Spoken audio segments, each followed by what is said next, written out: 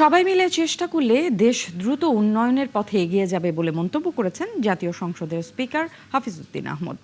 সকালে ঢাকায় ৩৯তম multiple district কনভেনশনে যোগ দিয়ে তিনি বলেন, সামাজিকভাবে বিভিন্ন সংস্থার উদ্যোগে সরকারের পাশাপাশি দেশের যেসব কাজ করা হয় তা অত্যন্ত গুরুত্বপূর্ণ।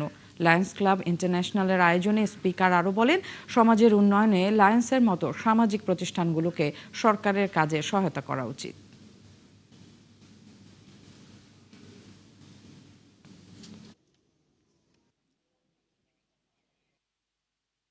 আমি বিশ্বাস করি সমাজ ও রাষ্ট্রের উন্নয়নে সরকারি উদ্যোগের পাশাপাশি এ ধরনের স্বেচ্ছাসেবী সংগঠনের ভূমিকা অত্যন্ত গুরুত্বপূর্ণ।